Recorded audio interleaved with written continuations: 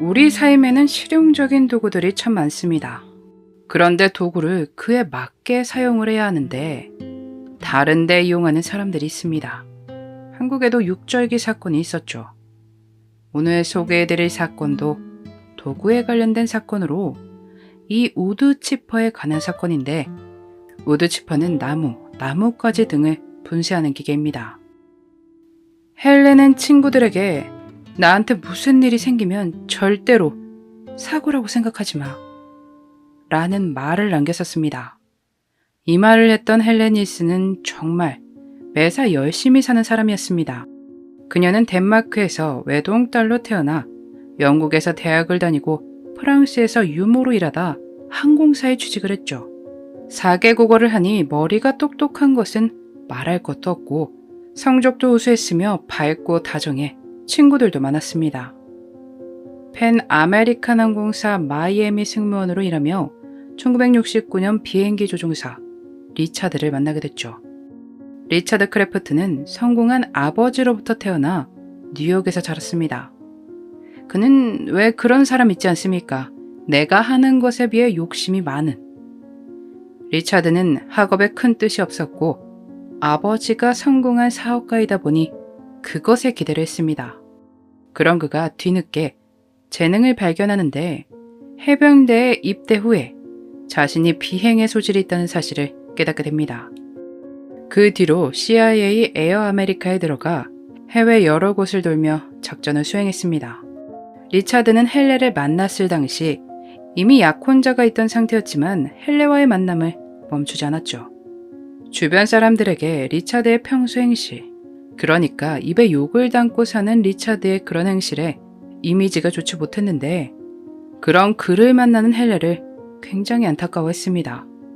그들의 우려를 증명하듯 그녀는 종종 얼굴과 몸에 멍이 들어 있었고 어느 때든 어느 곳이든 무언가 일이 터지면 가리지 않고 두 사람은 싸움을 벌였습니다. 참 놀랍게도 그럼에도 둘 사이는 이어져 갔고 1975년 첫 아이를 임신, 11월에 결혼을 해 코네티컷주 뉴타운에 자리를 잡게 됩니다. 그들에겐 총 3명의 자녀가 생깁니다. 두 사람은 각자 직업에서 열심히 일했고 자신들이 일하는 시간 동안 아이들을 돌보기 위해 오페어를 고용해 맡겼죠.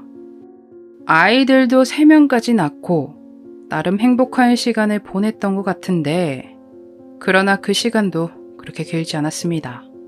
헬렌은 리차드를 더는 견딜 수 없었는데 그는 바람을 피웠고 집에 총과 다른 무기들을 수집하기 시작했는데 주변 사람들에 따르면 거의 집착 수준이었다고 합니다. 또 그는 1982년 뉴타운 경찰서의 보조경찰이 됐고 그것 또한 굉장히 심취했다고 하네요. 그가 어쩌다 보조경찰로 일하게 됐는지 경위에 대해선 나온 곳이 없었는데 진짜 경찰은 아니고 시간당 몇 달러를 받으며 아르바이트식으로 일했다고 합니다. 이런 여러 모습의 헬렌은 이혼 전문 변호사를 통해 사립 탐정을 만났고 남편의 뒤를 밟도록 고용합니다. 탐정은 남편이 다른 여성과 있는 장면의 사진을 찍었고 그런 정보들을 차곡차곡 모았습니다. 헬렌은 자신의 계획을 친구들에게 알렸으며 혹시 나에게 무슨 일이 생기면 사고라고 생각하지 말라고 미리 말해두기까지 했죠. 그렇게 그녀의 이혼 준비는 천천히 준비되고 있었습니다. 1986년 11월 19일 장거리 비행을 마친 헬레를 친구가 집까지 태워줬습니다. 그것이 그녀의 마지막 모습이 됩니다. 그녀가 사라지고 몇 주간 그녀의 친구들이 지속적으로 연락을 했지만 리차드의 태도가 영 수상했습니다. 그는 헬레의 친구들에게 그녀가 무사하며 헬레는 카나리아 제도에 사는 친구 집에 머물고 있다고 이야기하다 갑자기 말을 바꿔 덴마크로 돌아가 아픈 엄마를 돌보고 있다고 이야기했죠. 또 어떤 이들에게는 그녀가 떠났다고 말했답니다. 말도 바뀌고 평상시 그의 성격을 알고 있던 친구들은 그를 믿지 않았습니다. 그리고 한 친구가 11월 29일에 덴마크에 사는 헬레의 엄마에게 전화를 걸어 혹시 헬레와 함께 있냐고 물었지만 아니다, 딸은 여기 없다 라는 대답이 돌아왔고 리차드의 말이 거짓말이라는 것이 밝혀집니다. 그녀의 실종을 수상하게 보던 사람이 또 있었는데 헬레가 고용한 탐정이었습니다. 1986년 12월 1일 그는 코네티컷 중부의 뉴타운 경찰서에 전화를 걸어 헬레 크래프트가 최근에 실종됐으며 평소에 남편 리차드 크래프트로부터 해를 당할지 모른다고 두려워했었다. 이건 분명 범죄 사건이니 서둘러 조사해달라 라고 말했죠. 신고를 받은 경찰은 처음에 그녀가 집을 나갔거나 잠시 바람을 쐬다 들어올 가능성이 높다고 판단했습니다. 이혼을 준비하는 과정에서 종종 일어나는 일이다 보니 그렇게 판단했던 것이죠. 그러다 그녀의 실종에 대해 헬레의 주변 사람들에게 질문을 하다 보니 모두들 한 사람에 대한 의심을 이야기하는 겁니다. 리차드 말입니다. 그렇게 상황이 평범한 게 아닐지 모르겠다 라고 생각하게 된 것입니다. 리차드는 경찰에게 11월 19일 아내 헬레가 자신의 여동생을 만나러 웨스트포트에 갔다고 말했지만 그녀는 그곳에 나타나지 않았습니다. 실제로 이날 리차드는 아주 이른 아침에 오페어를 깨워 헬레가 여동생 집으로 떠났다. 우리도 준비해서 가야 한다 라고 알렸고 아이들과 리차드, 오페어를 태우고 여동생 집으로 갑니다만 그곳에 헬레는 없었습니다. 그녀의 행방을 수사하던 경찰이 헬레의 차량을 발견하는데 시누이 집에 간다던 헬레의 차량은 케네디 공항 페남 항공사 직원 주차장에서 발견됐습니다. 경찰은 그가 지인들에게 헬레의 행방에 대해 바꿔 말한 것을 확인했고 경찰은 그것에 대해 리차드에게 물었습니다. 왜 그녀의 행방에 대해 말이 계속 바뀌었냐고 말이죠. 아내 행방을 모른다고 말하면 좀 그렇잖아요. 그는 자신이 아내의 행방을 모른다고 말하기 싫었기 때문에 그랬다고 대답합니다. 그의 집을 수색했고 카펫이 사라진 것을 확인했지만 그것은 발견하지 못합니다. 리차드는 등유를 쏟아 교체 작업 중이었다고 대답했죠. 그런 변명에도 숨기지 못한 것이 있었으니 루미놀 테스트 결과 혈흔 양성 반응이 나온 겁니다. 그의 수상한 행동들은 계속해서 발견됐습니다. 11월 17일에 거대 냉동고를 구입하고 11월 20일에 트럭과 나무 깎는 기계를 빌린 것이 확인됐죠. 그리고 그것에 대해 제보가 들어옵니다. 그녀가 사라지기 전날인 1986년 11월 18일 심한 겨울 폭풍이 불었고 이것은 마을의 상태를 악화시켰습니다.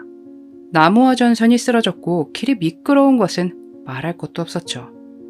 제설 작업을 위해 조셉은 11월 20일 오후 11시 30분 모래를 뿌리며 도로 작업을 몇 시간 동안 했습니다. 그리고 오전 3시 30분경 사우스 펠렛 힐 로드 교차로에 도착했고 교차로를 넘어서자 길가에 주차된 트럭 한 대를 봅니다. 그 트럭 뒤엔 우드 치퍼가 달려 있었고 이 차량의 운전자는 손짓을 하며 자신의 차량을 지나가라고 알렸죠. 그렇게 그 차량을 지나 한참 작업을 하고 차를 돌려 되돌아오는데 여전히 그 차량이 있었습니다. 조셉은 차량 주변과 뒤편에 나뭇가지들을 보았고 굳이? 이 시간에 나무를 처리한다고? 라며 참 이상하다 라고 생각했던 것을 기억했죠. 경찰은 들은 대로 기계가 목격됐던 지역으로 가 주변을 조사했습니다. 그리고 혈액, 머리카락, 물에 빠져있는 전기톱과 칼날 등을 찾게 됩니다. DNA 확인 결과 헬레의 머리카락인 것이 확인됐죠. 그 외에 경찰은 85g의 그녀의 조직을 발견합니다. 경찰은 이 모든 상황으로 리차드가 헬레를 해하고 얼린 뒤 나무 치퍼를 사용했을 것이라고 보았습니다. 그는 체포됐지만 모자를 주장했죠.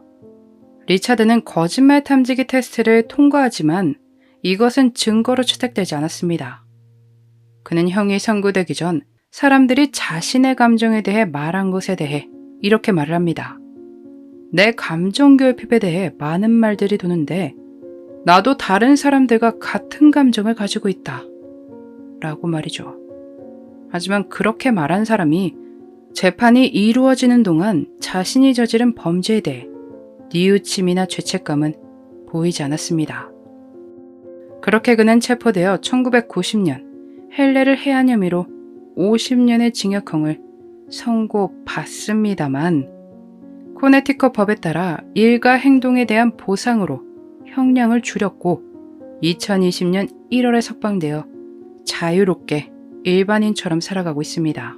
세 자녀들은 고모에게 맡겨져 양육이 됐는데 부디 좋은 환경이었기를 바랄 뿐입니다. 이 사건은 1989년 한 영화에서 우드치퍼를 사용하는 비슷한 장면이 나왔으며 1996년 아카데미상을 수상한 파고에도 영감을 주었습니다. 그 외에도 여러 작품에 영감을 주며 많은 장면을 만들게 됩니다.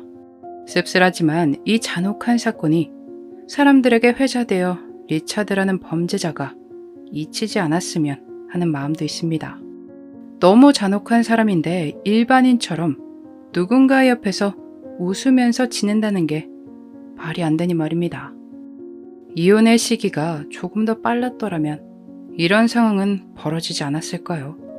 그녀는 이혼 서류를 그에게 보내는 것을 굉장히 두려워했다고 합니다. 그랬기에 그렇게 시간을 두다 리차드에게 들켰던 것은 아니었을지. 리차드 본인은 무죄를 유지했지만 이혼이 이유였을 것이라 추정됩니다. 그래도 한때 사랑했던 사람이었고 자녀들의 엄마를 그렇게까지 잔혹하게 해야 했었나 싶네요. 그는 무엇에 그렇게까지 잔혹한 마음을 먹었을까요? 85g의 무게가 너무 마음이 아픕니다. 온전한 모습이 아니라는 것이 굉장히 슬프지만 그녀가 그에게서 벗어났으니 그곳에선 자유로웠으면 좋겠습니다. 함께 해주셔서 감사합니다. 그날의 미스터리 오키노TV였습니다.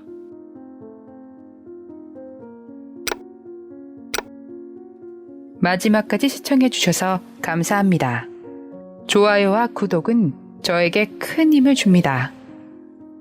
오늘 하루도 수고하셨습니다. 좋은 밤 보내세요.